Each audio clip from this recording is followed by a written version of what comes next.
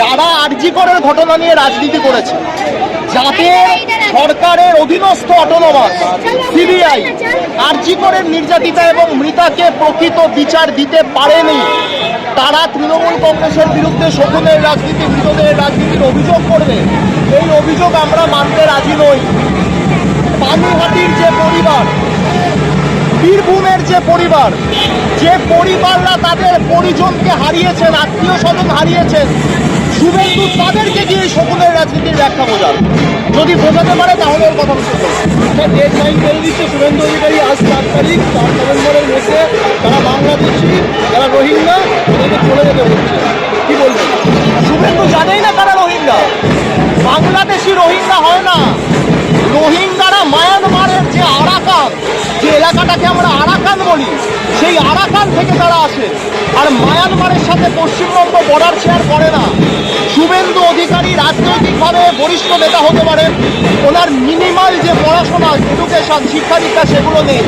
সেই কারণে বাংলাদেশি এবং রোহিঙ্গাকে উনি এক করে দিচ্ছেন। যদি ওনাকে রোহিঙ্গা খুঁজতে হয় তাহলে আসাম, ত্রিপুরা, মেঘালয়, মণিপুর, যেখানে বিজেপি বা এনডিএ সরকার আছে সেখানে এফআইআর করুন। যদি এক বাপের বেটা হয়, যদি শিশিরের বেটা হয়, শিশির অধিকারীর সন্তান যদিও সত্যি হয়ে থাকে, তাহলে এই যে বিজেপি এবং এনডিএ শাসিত রাজ্য, এখানে শুভেন্দু অধিকারী, নরেন্দ্র মোদী, অমিত শাহকে দিয়ে বলুক ওই রাজ্যগুলোতে এসআইআর করতে, তাহলে রোহিঙ্গা খুঁজে পাবো। রোহিঙ্গা কেমন দেখতে? আপনারা সংবাদ মাধ্যমের প্রতিনিধি, আমি আপনাদের অনুরোধ করব, আপনারা পাল্টা শুভেন্দু অধিকারীকে জিজ্ঞাসা করুন। যে কোনো বিজেপি নেতা, নেত্রী, জনপ্রতিনিধি, মুখপাত্র, কর্মী, আপনারা যে কাউকে শুধু একটা প্রশ্ন করুন, তারা নিজে চোখে কোনোদিন রোহিঙ্গা দেখেছেন কিনা? রোহিঙ্গা কেমন দেখতে? রোহিঙ্গারা কোন ভাষায় কথা বলে? ওনারা বলতে পারবেন না, কারণ ওনারা জানেনই না যে রোহিঙ্গা বাংলাদেশি হয় না, এবং রোহিঙ্গাদের মুখশ্রীর সাথে মঙ্গোলিয়ান মুখশ্রীর একটা মিল রয়েছে। তো মায়ানমারের সাথে যখন পশ্চিমবঙ্গের বর্ডার শেয়ার হয় না, তো রোহিঙ্গারা পশ্চিমবঙ্গে ঢুকবে কিভাবে?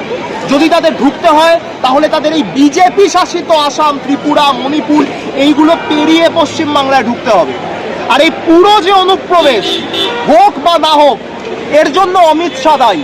শুভেন্দু অধিকারী যার হাত ধরে, যার পায়ে প্রণাম করে মেদিনীপুর কলেজ মাঠ থেকে বিজেপির পতাকা নিয়েছিল, সেই অমিত শাহ দায়ী, সেই অমিত শাহর দপ্তর দায়ী। এর জন্য একটা পূর্ণাঙ্গ নিরপেক্ষ তদন্ত হওয়া প্রয়োজন। 2029 সালে যখন বিজেপির সরকার সরে যাবে, একটা নতুন ধর্মনিরপেক্ষ গণতান্ত্রিক সরকার প্রতিষ্ঠিত হবে ভারতবর্ষের বুকে, আমরা সেই সরকারকে অনুরোধ করব, এই যে অনুপ্রবেশ, কেন্দ্রীয় স্বরাষ্ট্র মন্ত্রকের টুইটার হ্যান্ডেলে ছিল যে কত সংখ্যক অনুপ্রবেশকারী বাড়ছে বা মুসলমান ধর্মাবলম্বী মানুষের সংখ্যা ভারতবর্ষের বুকে বেড়েছে না কমেছে, আমরা অনুরোধ করব তার পরিপ্রেক্ষিতে অমিত শাহের দপ্তরের বিরুদ্ধে, ওনার যে স্বরাষ্ট্রমন্ত্রীর কার্যকাল, ওই কার্যকালের সমস্ত দলিলপত্র, ডকুমেন্ট নিয়ে একটা পূর্ণাঙ্গ নিরপেক্ষ তদন্ত হোক।